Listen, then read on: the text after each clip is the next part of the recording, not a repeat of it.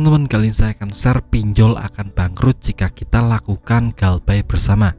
Nah, topik ini sangat menarik sekali, terutama buat teman-teman subscriber saya yang sudah melakukan galbay atau gagal bayar di pinjaman online. Jadi ini bisa menjadi solusi agar pinjaman online bangkrut dan utang kita lunas. Tapi apakah sesimpel ini? Nah, maka dari itu simak video ini sampai habis ya teman. Yang pertama, kita harus tahu dulu bahwa pinjaman online itu adalah suatu lembaga keuangan yang punya permodalan yang kuat ya teman. Jadi ada backingan kuat di luar negeri ataupun di dalam negeri. Jadi jelas kalau sudah jadi yang namanya pinjaman online, itu artinya sudah ada orang-orang di belakang layar yang akan mendukung dengan uang yang sangat besar sekali. Jadi tidak akan mungkin collab atau bangkrut jika sampai ada yang galbay. Jadi ada backingan kuat ya teman. Terlebih lagi ada yang namanya manajemen resiko dari pinjaman online. Jadi sudah ada ambang batas nih yang mau galbay di sini. Jadi kita langsung ditambal, yang galbay seperti ini langsung ada tambal.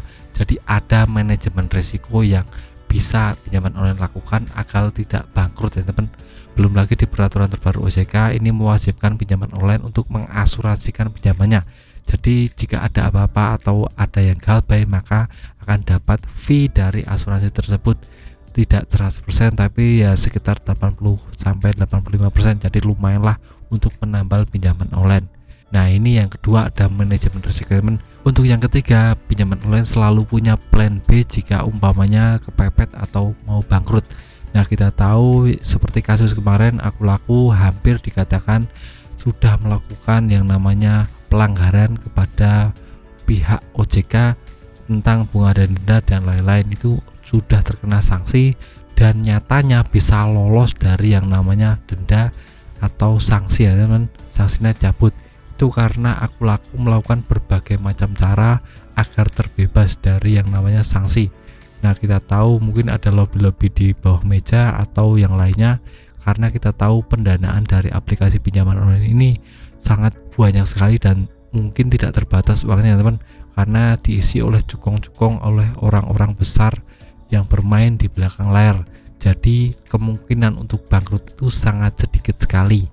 Dan umpamanya semua orang di Indonesia ini galbay juga, saya pastikan mungkin dia tidak akan collab atau bangkrut teman, karena kita tahu untuk pendanaan dari luar negeri itu sangat banyak sekali dan mungkin akan bisa menambal yang galbay-galbay ini. Belum lagi ada asuransi yang mengcover itu semua. Jadi kemungkinan untuk pinjaman online bangkrut itu sangat sedikit. Tapi kalau umpamanya investor atau yang punya modal itu pergi, akan bisa langsung bangkrut. Nah, ini banyak terjadi ya teman. Seperti pinjaman online yang dulu-dulu itu kan kita tahu yang dulu sekitar 300, turun lagi jadi 200, dan tahun ini jadi cuma 100, bahkan bisa turun lagi ya teman.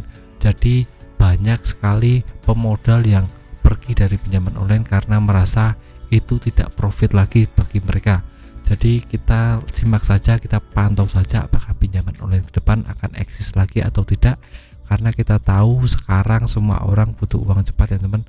Jadi nggak perlu ke bank atau survei-survei seperti itu yang memakan berbagai macam waktu.